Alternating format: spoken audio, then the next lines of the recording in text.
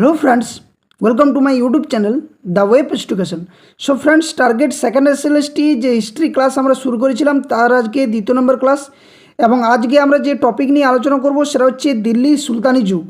তো এই দিল্লি সুলতানি যুগটা অনেকগুলো পার্টে কিন্তু ভাগ হবে, তো আমি দুটো পার্টে একদম নিখুঁত এবং পুঙ্খানুপুঙ্খভাবে আলোচনা করব। অনলাইনার হিসেবে কিন্তু প্রত্যেকটা টপিক বা প্রত্যেকটা যে গুরুত্বপূর্ণ আকারে যে প্রশ্নগুলো সেগুলো রাখা হয়েছে, যেখানে আমরা আজকে পার্ট ওয়ানে আলোচনা করব দাস বংশ এবং খলজি বংশ সম্পর্কে। এবং এগুলো not only for second SLST WP থেকে শুরু করে আপার প্রাইমারি থেকে শুরু করে বা এসএসসি যে group D group C librarian সমস্ত পরীক্ষার ক্ষেত্রে যেখান থেকে ইতিহাসে প্রশ্ন আসে অবশ্যই এই টপিকটা থেকে প্রশ্ন আসবে। তো আজকের ক্লাস হচ্ছে দিল্লি সুলতানি যুগের দুটো বংশ নিয়ে সম্পূর্ণ আলোচনা করব। তো তার আগে বলে রাখি, যারা চ্যানেল নতুন আছেন অবশ্যই বলবো চ্যানেলটি সাবস্ক্রাইব করুন এবং পাশে থাকা বেল নোটিফিকেশন করুন, যাতে করে এই ধরনের সমস্ত গুরুত্বপূর্ণ class, news update, case notification সমস্ত তথ্য আপনার সামনে তুলে ধরতে পারি। আর অবশ্যই ভিডিওটি শেষ পর্যন্ত দেখবেন, অনেক গুরুত্বপূর্ণ তথ্য শেয়ার করা হবে। যে প্রশ্নগুলো অবশ্যই আসার মতো প্রশ্ন এবং অনলাইনে হিসেবে প্রত্যেকটা কিন্তু টপিকের ভিতরে যে প্রশ্নগুলো রাখা হয়েছে সেগুলো ডিটেলসভাবে আলোচনা করা হবে। তো ভিডিওটি লাইক এবং বাকিদের সাথে শেয়ার করে অবশ্যই চ্যানেলটি গ্রো করার চেষ্টা করুন। তো দেখুন, আজকের যে বিষয় সেটা হচ্ছে দিল্লি সুলতানি যুগ। এবং সুলতানি যুগ আমরা সকলে জানি যে দিল্লি সুলতানি যুগ শুরু হয় কখন থেকে না 1206 থেকে 1526 খ্রিস্টাব্দ পর্যন্ত দিল্লি সুলতানি যুগটা শুরু হয়েছে। তো আজকে পার্ট ওয়ান ক্লাস হবে, তারপরে কিন্তু আরেকটা পার্টের মধ্যে কিন্তু শেষ করে দেবো। এখানে মোট কিন্তু 5টা বংশ ছিল দিল্লি সুলতানি বংশে, তার মধ্যে আজকে দাস বংশ এবং খলজি বংশ সম্পর্কে আলোচনা করব। তো দিল্লির যে সুলতানি যুগ ছিল সেখানে যে কয়েকটা রাজবংশ ছিল, 5টি মোট যে রাজবংশ, তার রাজবংশের সম্পর্কে একটু আলোচনা করা যাক। তো প্রথম যেটা ছিল সেটা হচ্ছে দাস বংশ, আজকের টপিক, যার সময়কাল ছিল 1206 থেকে 1290 পর্যন্ত। মোট শাসক ছিলেন এখানে 11 জন, তার মধ্যে প্রতিষ্ঠাতা ছিলেন কুতুবউদ্দিন আইবক এবং শেষ শাসক ছিলেন কায়কবাদ বা কায়কমার্স। ওকে, নেক্সট তারপরে দ্বিতীয় যে বংশ আজকের টপিক রয়েছে সেটা হচ্ছে খলজি বংশ, যার সময়কাল ছিল 1290 থেকে 1320 খ্রিস্টাব্দ পর্যন্ত। এই বংশের প্রতিষ্ঠাতা ছিলেন জালালউদ্দিন খলজি এবং শেষ শাসক ছিলেন কুতুবউদ্দিন মুবারক, খলজি বংশের শেষ শাসক। নেক্সট তারপরে 3 নম্বর টপিক সেটা হচ্ছে তুগলক বংশ। এখানে সময়কাল হচ্ছে 1320 থেকে 1412 খ্রিস্টাব্দ পর্যন্ত। প্রতিষ্ঠাতা হচ্ছেন গিয়াসউদ্দিন তুগলক এবং শেষ শাসক নাসিরউদ্দিন মাহমুদ শাহ। তারপরে নেক্সট 4 নম্বর হচ্ছে কোন বংশ না 4 নম্বর হচ্ছে সৈয়দ বংশ, যার সময়কাল হচ্ছে 1414 থেকে 1451। এখানে কিন্তু মোট শাসক ছিলেন 4 জন, প্রতিষ্ঠাতা ছিলেন খিজির খাঁ এবং শেষ শাসক ছিলেন আলাউদ্দিন আলম শাহ। এগুলো থেকে কিন্তু প্রশ্ন আসে, প্রতিষ্ঠাতা, শ্রেষ্ঠ শাসক, শেষ শাসক, এগুলো থেকে কিন্তু প্রশ্ন আসে। এবং নেক্সট 5 নম্বর এবং দিল্লি যে সুলতানি বংশে বা সুলতানি শাসনের যে শেষ বংশ সেটা হচ্ছে লোধি বংশ। এর সময়কাল হচ্ছে 1451 থেকে 1526 এবং এখানে মোট 3 জন শাসক ছিলেন, যার মধ্যে প্রতিষ্ঠাতা হচ্ছেন বৌলুল লোধি এবং শেষ শাসক হচ্ছে ইব্রাহিম লোধি। তারপর কিন্তু মোগল সাম্রাজ্যের প্রতিষ্ঠা হয়ে যাচ্ছে দিল্লিতে। তো আজকে যে টপিক সেটা হচ্ছে আমাদের প্রথম যে টপিক সেটা হচ্ছে দিল্লির প্রথমত দাস বংশ সম্পর্কে জানবো। তো এই যে দিল্লির দাস বংশ, সেখানে তার আগে বলে রাখি যে 1206 থেকে 1526 খ্রিস্টাব্দ পর্যন্ত দিল্লির সুলতানি বংশে মোট 33 জন শাসক এখানে শাসন করেছিলেন। ওকে, তো দাস বংশ সম্পর্কে আমরা এরপর ডিটেলস জানার চেষ্টা করব। তো দাস বংশের সময়কাল আমরা আগেই জেনেছি যে 1206 থেকে 1290 পর্যন্ত। তো এখানে দাস বংশের প্রতিষ্ঠাতা হচ্ছেন কে? কুতুবউদ্দিন আইবক। শ্রেষ্ঠ সুলতানকে ইলতুৎমিশ। অনেক সময় মতান্তরে গিয়াসউদ্দিন বলবনও দেওয়া থাকে, কিন্তু দুটো যদি থাকে তো অবশ্যই কিন্তু এখানে ইলতুৎমিশ উত্তর হবে। শেষ সুলতান আমরা আগেই জেনেছি কায়কবাদ বা কায়কমার্স, অনেক সময় মতান্তরে কায়কমার্সও থাকে। অন্যান্য এখানে শাসকগণ কারা ছিলেন? আরাম শাহ ছিলেন, রুকনুদ্দিন ফিরোজ ছিলেন, রাজিয়া ছিলেন, মঈনুদ্দিন বাহরম শাহ ছিলেন, আলাউদ্দিন মাহমুদ শাহ, নাসিরউদ্দিন মাহমুদ শাহ। মোট 11 জন কিন্তু এখানে শাসন করেছিলেন। দিল্লির সুলতানি বংশের যে রাজবংশ সেটা হচ্ছে দাস বংশের যে 11 জন শাসক। এখানে উল্লেখযোগ্য কিছু ঘটনা ঘটেছিল, যেটা হচ্ছে কুতুব মিনার নির্মাণ, ইকতা প্রথা, তাম্রমুদ্রা জিতল ও রৌপ্য মুদ্রা টঙ্কার প্রচলন, 40 চক্র গঠন, মঙ্গলবীর চেঙ্গিস খাঁর ভারত আক্রমণ, সিজদা ও পাইবস প্রথা, নরজ উৎসব শুরু। এগুলো সম্পর্কে আমরা পরপর কিন্তু ডিটেলস জানবো। তো তার আগে ওভারভিউটা নিচ্ছি। উল্লেখযোগ্য স্থাপিত কী ছিল এই দাস বংশে, সেটা হচ্ছে কুতুব মিনার, দিল্লির কুয়াতুল ইসলাম মসজিদ, আজমিরের আলাদিন কা ঝোপড়া, লাল প্রসাদ, এগুলো কিন্তু উল্লেখযোগ্য স্থাপত্য ছিল।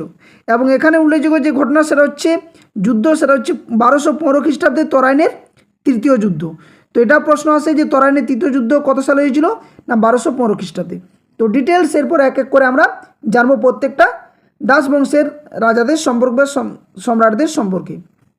তো প্রথম যে দাস বংশ অর্থাৎ সুলতানি বংশের প্রতিষ্ঠাতাই বলা চলে বা দাস বংশের প্রতিষ্ঠাতা, তিনি হচ্ছেন কে, কুতুবুদ্দিন আইবক, যার সময়কাল আমরা জানি 1206 থেকে 1210 পর্যন্ত। তো অপুত্রক মোহাম্মদ ঘোরির মৃত্যুর পর তার অন্যতম কৃতদাস ও প্রধান সেনাপতি কুতুবুদ্দিন আইবক দিল্লির সিংহাসন দখল করেন এবং দিল্লিতে তিনি সুলতানি সাম্রাজ্যের সূচনা করেন এবং তার মধ্যে দাস বংশের প্রতিষ্ঠা করেছিলেন 1206 খ্রিস্টাব্দে। তো এখান থেকে দুটো প্রশ্ন আসে যে দাস বংশের বা সুলতানি বংশের প্রতিষ্ঠাতা কে বা সুলতানি সাম্রাজ্যের প্রতিষ্ঠাতা কে ছিলেন দিল্লিতে, কুতুবুদ্দিন আইবক। এখানে কুতুবুদ্দিন আইবক কত খ্রিস্টাব্দে সিংহাসনে বসেন, না 1206 খ্রিস্টাব্দে, বা দাস বংশের বা সুলতানি যুগের সূচনাও হয় 1206 খ্রিস্টাব্দে। উনার অভিষেক কোথায় হয়েছিল, রাজ্যাভিষেক হয়েছিল লাহোরে কিন্তু হয়েছিল। এটাও কিন্তু প্রশ্ন আসে যে কুতুবুদ্দিন আইবকের যে রাজ্যাভিষেক সেটা কোন জায়গাতে হয়েছিল, না লাহোরে হয়েছিল। ওকে, নেক্সট তারপর একটা গুরুত্বপূর্ণ প্রশ্ন এখান থেকে আসে যে এই যে আইবক আমরা জানলাম কুতুবুদ্দিন আইবক, তো আইবক শব্দের অর্থ কি, না আইবক শব্দের অর্থ হচ্ছে দাস। তুর্কি ভাষায় আইবক শব্দের অর্থ যিনি চাঁদের মতো দেখতে। এই প্রশ্নটাও কিন্তু এসেছে ডাব্লিউপিতে যে চাঁদের মতো দেখতে, সেটা কি আইবক শব্দের অর্থ। ওকে, নেক্সট তারপর কি, না 1208 খ্রিস্টাব্দ নাগাদ মোহাম্মদ ঘোরির বংশধর গিয়াসউদ্দিন ঘোরি কুতুবুদ্দিনকে সুলতান উপাধি দিয়েছিলেন। তাহলে কুতুবুদ্দিনকে সুলতান উপাধি কত সালে নিয়েছিলেন, 1208 খ্রিস্টাব্দে। কে দিয়েছিলেন, না মোহাম্মদ ঘোরির বংশধর গিয়াসউদ্দিন যে ঘোরি ছিলেন তিনি কিন্তু কুতুবুদ্দিনকে এই সুলতান উপাধিটা দিয়েছিলেন। তিনি মালিক ও সিপাহসালার উপাধিও নেন। এটা কিন্তু ভিভিআই প্রশ্ন, এটা কিন্তু আসে যে মালিক ও সিপাহসালার উপাধি কার ছিল, না কুতুবুদ্দিন আইবকের। তিনি দানশীল, লক্ষ লক্ষ টাকা দান করতেন, তাই লোকে তাকে লাখ বক্স উপাধি দিয়েছিল। তাহলে লাখ বক্স বা লক্ষ লক্ষ টাকা দান করতেন, তার জন্য তাকে লাখ বক্স উপাধি দেওয়া হয়েছিল। প্রশ্ন আসে যে কুতুবুদ্দিন আইবককে কী নামে ডাকা হয়, লাখ বক্স নামে, বা লাখ বক্স কাকে বলা হয় বা কার উপাধি ছিল, না সেটা হচ্ছে কুতুবুদ্দিন আইবক। এবং মালিক ও সিপাহসালার উপাধি নিয়েছিলেন, এটাও কিন্তু প্রশ্ন আসে। তারই নির্দেশে বখতিয়ার খলজি বিক্রমশিলা, অদন্তপুরী ও নালন্দা মহাবিহার বা বিশ্ববিদ্যালয় ধ্বংস করেন। ওকে, এই প্রশ্নটা কিন্তু আসে যে বিক্রমশিলা, অদন্তপুরী বা নালন্দা মহাবিহার বিশ্ববিদ্যালয় ধ্বংস হয়েছিল কোন সুলতানে, যে রাজার আমলে, সেটা হচ্ছে কুতুবুদ্দিন আইবকের সময়, যেটা দাস বংশের সময়। নেক্সট তারপরে সুফি খাজা কুতুবুদ্দিন বখতিয়ার কাকির স্মরণে তিনি 238 ফুট উচ্চতার ঐতিহাসিক কুতুব মিনার দিল্লিতে স্থাপন করার কাজ আরম্ভ করেন। এই প্রশ্নটা আসে যে কুতুব মিনার কে নির্মাণ করেছিলেন, কুতুবুদ্দিন আইবক। কার স্মরণে করেছিলেন, না সুফি খাজা কুতুবুদ্দিন বখতিয়ার কাকির স্মরণে। কোথায় রয়েছে এটা কুতুব মিনারটা, না দিল্লিতে অবস্থিত।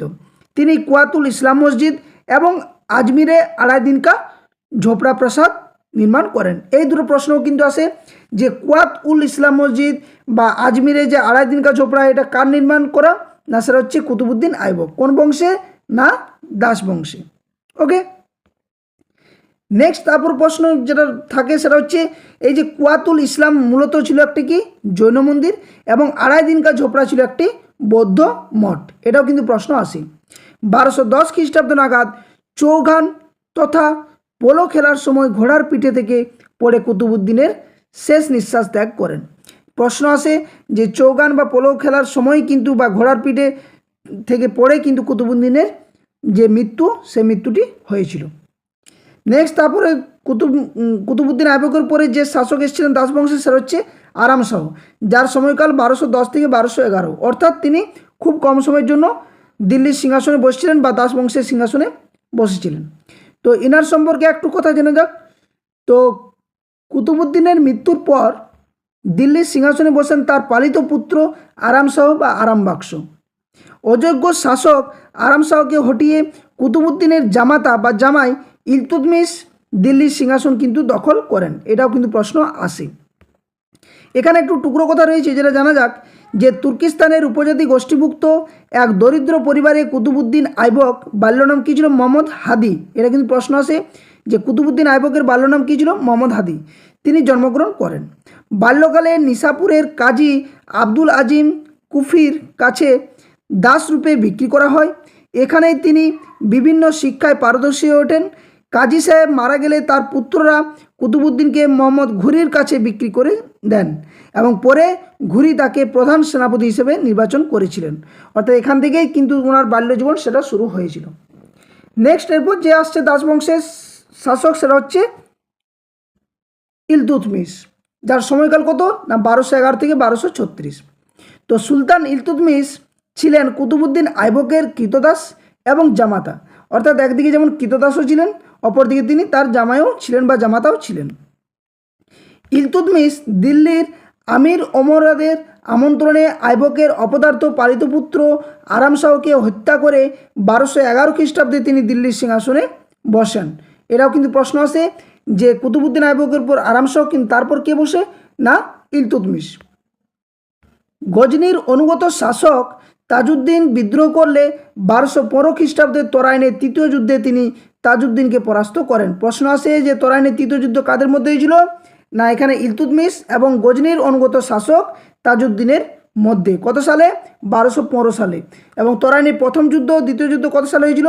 কমেন্ট বক্সে আমাকে কমেন্ট করে সকলে জানান। ওকে, নেক্সট তারপর কি রয়েছে টপিকে রয়েছে মধ্যে যে 1221 খ্রিস্টাব্দ নাগাদ মঙ্গল নেতা চেঙ্গিস খা ওরফে তেমুচিন মাঙ্গোবারুনির রাজ্য খিবা বা খোয়ারিজম আক্রমণ করেন। খিবার শাসক মাঙ্গোবরণী পাঞ্জাব এসে ইলতুৎমিশের সাহায্য চান। চেঙ্গিস খা মাঙ্গোবরণীর পিছু ধাওয়া করেন। এই অবস্থায় ইলতুৎমিশ মাঙ্গোবরণীকে সাহায্য না করে সম্ভাব্য মোগল আক্রমণ থেকে কিন্তু নিজেকে রক্ষা করেছিলেন। কে? এই ইলতুৎমিশ। প্রশ্ন আসে যে মঙ্গলবারণী বা এই যে চেঙ্গিস খা বা তেমুচিন, তিনি যে ইলতুৎমিশের সময় যে করেছিলেন, আক্রমণ করেছিলেন, সেটাও কিন্তু প্রশ্নটি এসে থাকে। নেক্সট তারপর হচ্ছে 1225 থেকে 27 খ্রিস্টাব্দে বাংলার বিদ্রোহী নবাব আলী মর্দানকে হটিয়ে ইলতুৎমিশ পুত্র নাসিরউদ্দিন মাহমুদকে বাংলার শাসনকর্তা নিযুক্ত করেন। এরপর ইখতিয়ার উদ্দিন বলকা নাম খলজিকে বাংলার দায়িত্বে বসান। বলকা খলজি বিদ্রোহী হলে ইলতুৎমিশ 1231 খ্রিস্টাব্দে বলকা খলজিকে হত্যা করে মালিক আলাউদ্দিন জানিকে বাংলার অনুগত শাসক রূপে কিন্তু নিয়োগ করেছিলেন। ওকে, নেক্সট 1228 খ্রিস্টাব্দ নাগাদ ইলতুৎমিশ কিন্তু এই মুলতান রাজ্য জয় করেন। 1229 খ্রিস্টাব্দে বাগদাদের খলিফা আল মুস্তানসির বিল্লাহ ইলতুৎমিশকে সুলতান ই আজম উপাধিতে ভূষিত করেছিলেন। প্রশ্ন আসে ইলতুৎমিশের উপাধি কী ছিল? না, সুলতান ই আজম। ওকে, নেক্সট তারপর বলছে 1231 খ্রিস্টাব্দের মধ্যে তিনি রণথম্বর, আজমির, গোয়ালিয়র, জালব প্রভৃতি জয় করেন। 1234 থেকে 35 খ্রিস্টাব্দে মালব, ভিলসা ও উজ্জয়িনী দখল করেছিলেন এবং 1236 খ্রিস্টাব্দ নাগাদ ইলতুৎমিশ কিন্তু দেহত্যাগ করেন। তাহলে ইলতুৎমিশের মৃত্যু কত সালে হয়েছিল? 1236 খ্রিস্টাব্দে। তো তুর্কি ভাষায় এই যে ইলতুৎমিশ, এর আগে আমরা জানলাম যে কুতুবউদ্দিন আইবক শব্দের অর্থ কি চাঁদের মতো দেখতে। তো এই যে তুর্কি ভাষায় ইলতুৎমিশ, এই শব্দটির অর্থ হচ্ছে সাম্রাজ্যের পালনকর্তা।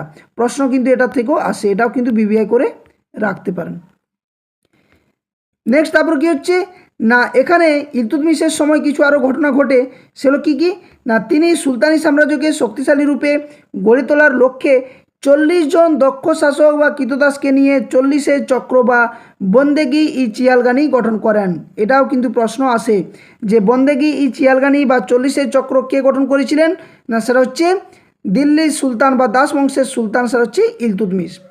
ইকতা প্রথা বা জায়গির তিনি প্রচলন করেন, যার নাম ইকতা, এবং এই ইকতার শাসককে বলা হতো ইকতাদার। এটাও কিন্তু প্রশ্ন আছে যে ইকতা প্রথা কে প্রচলন করেছিলেন? না, ইলতুৎমিশ।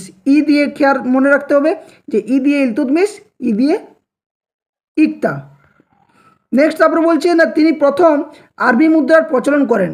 এখান থেকে প্রশ্ন আসে যে ইলতুৎমিশ তাম্র মুদ্রা জিতল এবং রৌপ্য মুদ্রা তঙ্কা চালু করেছিলেন। প্রশ্ন আসে যে জিতল ও তঙ্কা এই দুটো কিসের মুদ্রা? তো জিতল হচ্ছে তাম্রের মুদ্রা এবং রৌপ্যের মুদ্রা হচ্ছে তঙ্কা, এবং এটা কে চালু করেছিলেন? না, ইলতুৎমিশ। মুদ্রায় নিজেকে খলিফার সেনাপতি বলেও উল্লেখ করেছিলেন। তিনি কুতুব মিনারের নির্মাণ কার্য শেষ করেন। প্রশ্ন আসে কুতুব মিনার যে নির্মাণ কার্য সেটা শুরু করেছিলেন কুতুবুদ্দিন আইবক বখতিয়ার কাকির স্মরণে, এবং শেষ করেছিলেন কে? কুতুব মিনারের নির্মাণ কার্য সেটা হচ্ছে ইলতুৎমিশ, অর্থাৎ কুতুবুদ্দিন আইবকের জামাতা। ইলতুৎমিশের রাজসভায় মিনহাজ উদ্দিন সিরাজ, নিজাম উল মুলুক জুনাইদি, ফকর উল মুলুক ইসামির মতো জ্ঞানী গুণী পণ্ডিতরাও স্থান পেয়েছিলেন।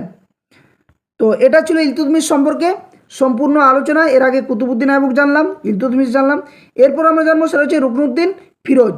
এগুলো কিন্তু ছোট ছোট তাদের রাজত্বকাল ছিল, যেটা হচ্ছে 1236 সাল মাত্র। তো সুলতান ইলতুৎমিশের মৃত্যুর পর তার জ্যেষ্ঠ পুত্র রুকনুদ্দিন ফিরোজ দিল্লির সিংহাসনে বসেন। দুর্বল, বিলাসপ্রিয় এবং রাজ্য শাসনে ছিলেন চূড়ান্ত অযোগ্য। তারপর আসছে দিল্লি এবং ভারতের একমাত্র মহিলা সুলতান বা সুলতানা, সেটা হচ্ছে সুলতানা রাজিয়া, যার সময়কালটা ছিল খুব কম সময়, 1236 থেকে 1240 খ্রিস্টাব্দ পর্যন্ত। তো রুকনুদ্দিন ফিরোজ নিহত হলে দিল্লির সিংহাসনে বসেন ইলতুৎমিশ কন্যা রাজিয়া বা রাজিয়া সুলতানা। ওকে,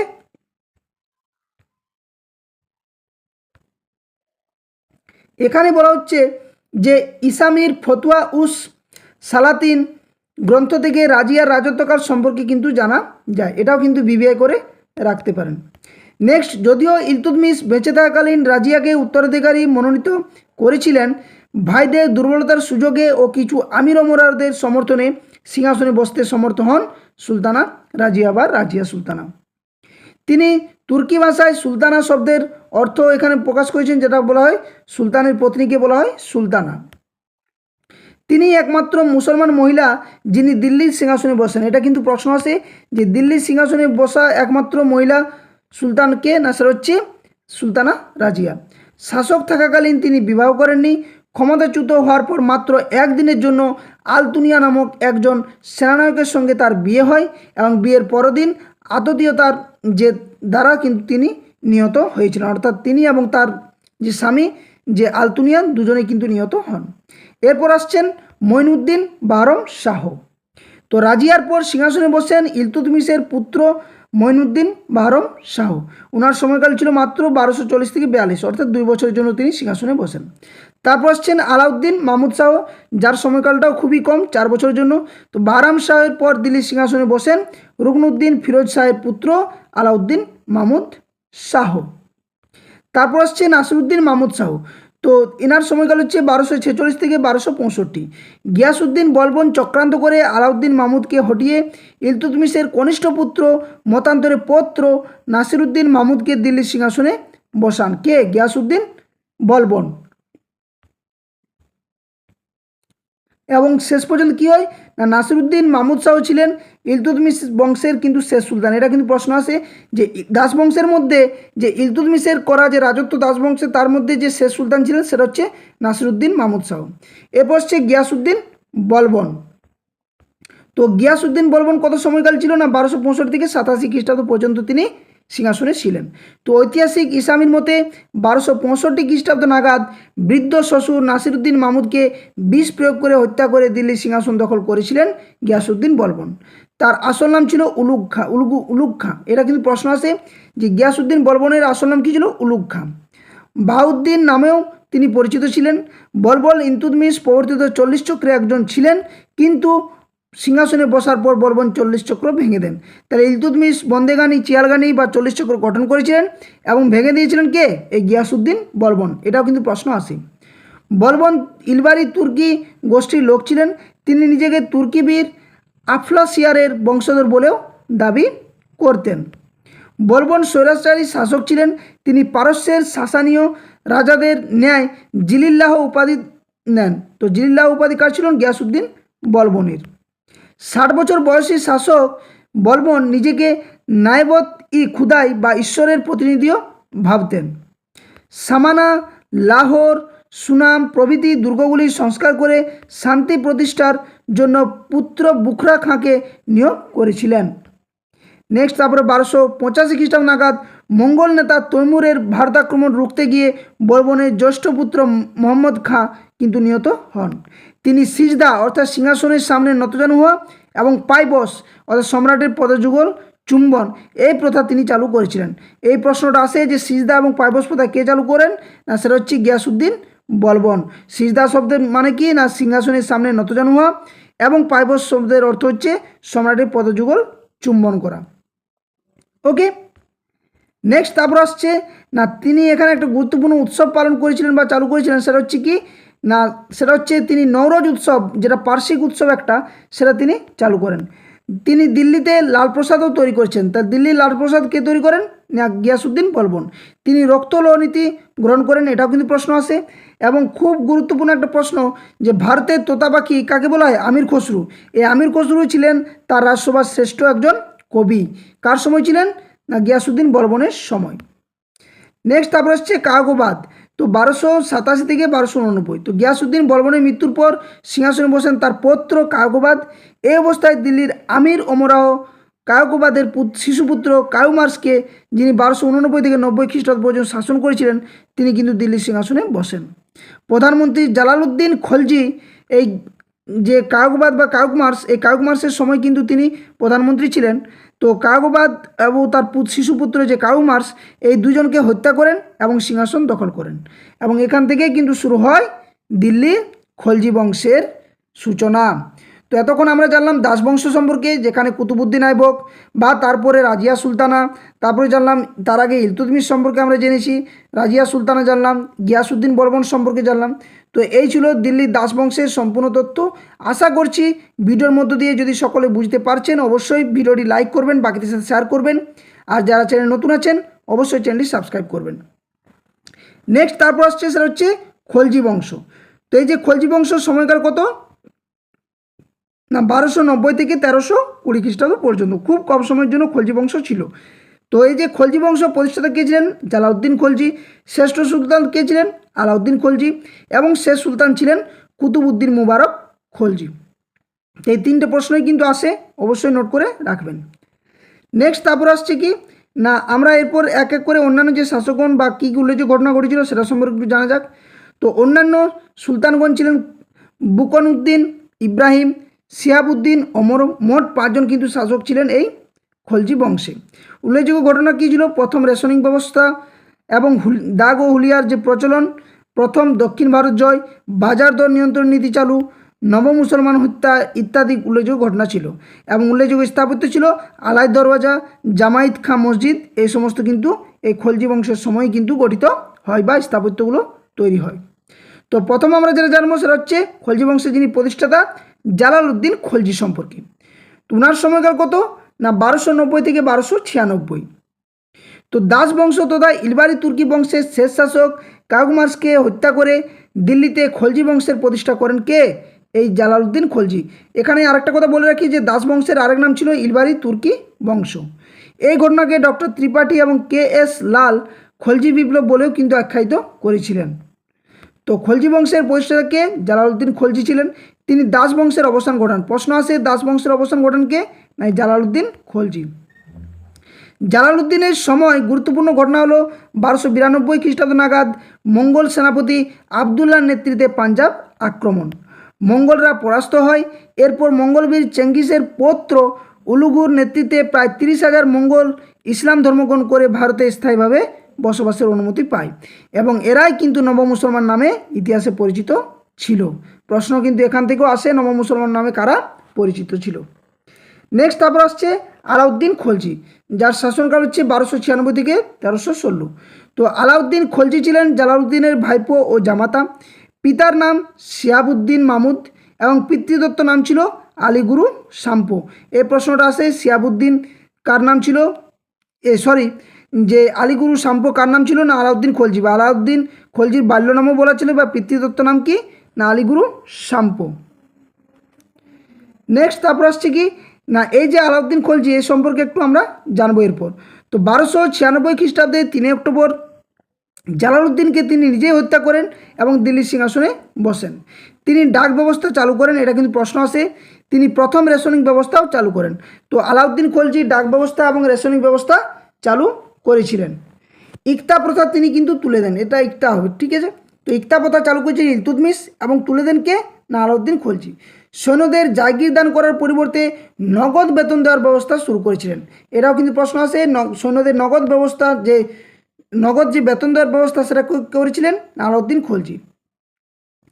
তিনি প্রথম জমি জরিপ ব্যবস্থাও চালু করেন। তো ইকতা প্রথা কি এখানে একটু জানা যাক। তো সুলতান ইলতুৎমিশের শাসনকালে দিল্লির সুলতানি সাম্রাজ্য প্রশাসনিক প্রয়োজনে কতগুলি সামরিক এলাকায় ভাগ করা হয়, যার নামেই ছিল কিন্তু এই ইকতা। 1299 খ্রিস্টাব্দে আলাউদ্দিন গুজরাট জয় করেন। পরাজিত গুজরাট রাজ কর্ণদেবের পত্নী কমলা দেবীকে আলাউদ্দিন কিন্তু বিবাহ করে নেন। গুজরাট থেকে তিনি মালিক কাফুরকে ধরে আনেন। এই মালিক কে ছিলেন না দক্ষিণ ভারতের অভিযানের একজন নায়কও ছিলেন, কে মালিক কাফুর। কর্ণদেবের কন্যা দেবল রানীকে বিবাহ করেন আলাউদ্দিন পুত্র খিজির। 1301 খ্রিস্টাব্দে রণথম্বর এবং 1305 খ্রিস্টাব্দে নাগাদ তিনি চিতোরও জয় করেন। এখানে একটা বিষয় খুবই গুরুত্বপূর্ণ এবং আশা করছি সকলে এটা দেখেছো ফিল্মটা, যা হচ্ছে কথিত আছে চিতোরের রানা রতন সিংয়ের পরমা সুন্দরী পত্নী পদ্মিনীকে পাওয়ার আশায় আলাউদ্দিন চিতোর আক্রমণ করেন, কিন্তু ধরা পড়ার আগে পদ্মিনী সহ রাজপুত রমণীগণ জহর ব্রত পালন করে আগুনে প্রাণ দেন। আমরা সকলে কিন্তু এই ফিল্মটা সকলে দেখেছি, এটার সাথে পরিচিত। নেক্সট তারপর যেটা আসছে সেটা হচ্ছে এখানে বলা রয়েছে যে এরপর তিনি 1305 খ্রিস্টাব্দ মালব, মান্ডু, ধার, চান্দেরি ও উজ্জয়িনী জয় করেন। 1308 খ্রিস্টাব্দে রাজা শীতলদেবকে পরাজিত করে মারওয়ারও কিন্তু জয় করেছিলেন আলাউদ্দিন খলজি। 1311 খ্রিস্টাব্দে রাজা কানর দেবকে হত্যা করে জালোর দখল করেন। তিনি তার মুদ্রায় সিকান্দার ঈশানী বা দ্বিতীয় আলেকজান্ডার উপাধি নেন। প্রশ্ন আসে যে সুলতানি বংশের কোন শাসক বা খলজি বংশের কোন শাসক সিকান্দার ঈশানী বা দ্বিতীয় আলেকজান্ডার উপাধিতে ধারণ করেছিলেন বা নিয়েছিলেন, সেটা হচ্ছে কে? আলাউদ্দিন খলজি। তিনি বিশ্বজয়ের স্বপ্ন দেখতেন এবং নিজেকে ইয়াসিন উল খিলাফত নাসিরি আমির উলমুমিন অভিধায় কিন্তু ভূষিত করেন। ওকে, তো আলাউদ্দিনের প্রথম মুসলমান শাসক যিনি বিন্ধ্য পর্বত অতিক্রম করে দক্ষিণ ভারত জয় করেন। বিবিআই প্রশ্ন যে সুলতানি বংশের কোন শাসক দক্ষিণ ভারত জয় করেছিলেন, না সেটা হচ্ছে আলাউদ্দিন খলজি। দেবগিরি, যেটা 1307 খ্রিস্টাব্দের যাদব বংশীয় রাজা রামচন্দ্র দেবের পরাজয়ের মধ্য দিয়ে আলাউদ্দিন দাক্ষিণাত্য অভিযান কিন্তু শুরু করেছিলেন। এরপর তিনি বরঙ্গল এর কাকতীয় বংশের রাজা প্রতাপরুদ্র, দ্বার সমুদ্রের 1310 খ্রিস্টাব্দে হাইসল রাজা তৃতীয় বীরবল্লা ও মাদুরার যে 1311 খ্রিস্টাব্দে পাণ্ড রাজা কুল শেখরকে পরাজিত করে দক্ষিণ ভারত অভিযান কিন্তু শেষ করেছিলেন। এখান থেকে কিন্তু প্রশ্ন আসে। নেক্সট তারপর হচ্ছে কি না সমগ্র দক্ষিণ ভারত জয় করলেও তিনি দূরত্বের জন্য এই রাজ্যগুলিকে 4টি সুলতানি সাম্রাজ্যের প্রত্যক্ষ শাসনে না এনে করদ রাজ্যে বা করদানে স্বীকৃতি পরিণত করেছিলেন। সমগ্র রাজ্যকে তিনি 11টি প্রদেশেও বিভক্ত করেন। এই আলাউদ্দিনের অর্থনৈতিক সংস্কারের মধ্যে সবচেয়ে গুরুত্বপূর্ণ ছিল বাজার দর নিয়ন্ত্রণ নীতি। এটা কিন্তু বিবিআই প্রশ্ন যে বাজার দর নিয়ন্ত্রণ নীতি কে চালু করেছিলেন? আলাউদ্দিন খলজি। তিনি বিভিন্ন নিত্য প্রয়োজনীয় দ্রব্যের দাম বেঁধে দেন এই বাজার দর নিয়ন্ত্রণ নীতির মধ্য দিয়ে। নেক্সট তারপর বারুণীর মতে সুলতান 3 ধরনের বাজার গঠন করেছিলেন। একটা হচ্ছে খাদ্য, তারপর দাসদাসী ও ঘোড়া, এবং তিনি হচ্ছে বস্ত্র এবং বিলাসদ্রব্য। নিয়ন্ত্রিত বাজারগুলি দেখার জন্য তিনি শাহনা ই মান্ডি এবং দেওয়ান ই রিসালত নামক কর্মচারীরও নিয়োগ করেন। 1307 খ্রিস্টাব্দ পর্যন্ত 6 বার মঙ্গল আক্রমণ ঘটে। মঙ্গল কাদারের নেতৃত্বে, কতলু খাজার নেতৃত্বে, মালিক তার্থির নেতৃত্বে, আলীবেগ ও তারথাগের নেতৃত্বে আক্রমণ ঘটে। আলাউদ্দিন ও তার দক্ষ সেনাপতিরা এসবের মোকাবিলাও কিন্তু করেছিলেন, অর্থাৎ মঙ্গলদের মোকাবিলাও কিন্তু করেছিলেন আলাউদ্দিন খলজি এবং তার বাকি সেনারা। তিনি আলাই দরওয়াজা, এটা কিন্তু বিবিআই, আলাই দরওয়াজা কিন্তু নির্মাণ করেছিলেন এবং আলাই দরওয়াজাটা কি না কুতুব মিনারের একটি প্রবেশদ্বার হচ্ছে আলাই দরওয়াজা। আলাউদ্দিন থেকে আলাই দরওয়াজা মনে রাখা যায়। আউলাক অর্থাৎ অশ্বারোহী যে ডাক, এই ডাক ব্যবস্থারও কিন্তু প্রচলন করেছিলেন আলাউদ্দিন খলজি। নেক্সট তারপর কি বলছে আলাউদ্দিন খলজি সম্পর্কে না ঐতিহাসিক জিয়াউদ্দিন বারুণী, আমির খসরু, মীর হাসান, সুফি নিজামুদ্দিন আউলিয়া তার পৃষ্ঠপোষকতা লাভ করেছিলেন বা তারা সবাই ছিলেন। 1316 খ্রিস্টাব্দে জানুয়ারি মাসে আলাউদ্দিন মারা যান। আলাউদ্দিন খলজির মৃত্যুর পর তার মধ্যম পুত্র শিহাবুদ্দিন ওমর মাত্র কয়েকদিনের জন্য সিংহাসনে বসেন। ওমরকে হত্যা করে আলাউদ্দিনের কনিষ্ঠ পুত্র কুতুবুদ্দিন মুবারক খলজি দিল্লির সিংহাসন দখল করেন। তো কুতুবুদ্দিন মুবারক খলজি শেষ শাসক নয়, তিনি ছিলেন আলাউদ্দিন খলজির মানে কনিষ্ঠ পুত্র। তো সিংহাসনে বসার পরে আল ওয়াসিফ বিল্লাহ উপাধি নেন তিনি। নিজের নামে স্বর্ণমুদ্রাও চালু করেন এবং তিনি নিজেকে খলিফা হিসেবে প্রচার করতে থাকেন। নেক্সট আবার হচ্ছে নাসিরউদ্দিন খসরু শাহ। তিনি এপ্রিল 1320 থেকে সেপ্টেম্বর 1320 পর্যন্তই মাত্র শাসন করেছিলেন।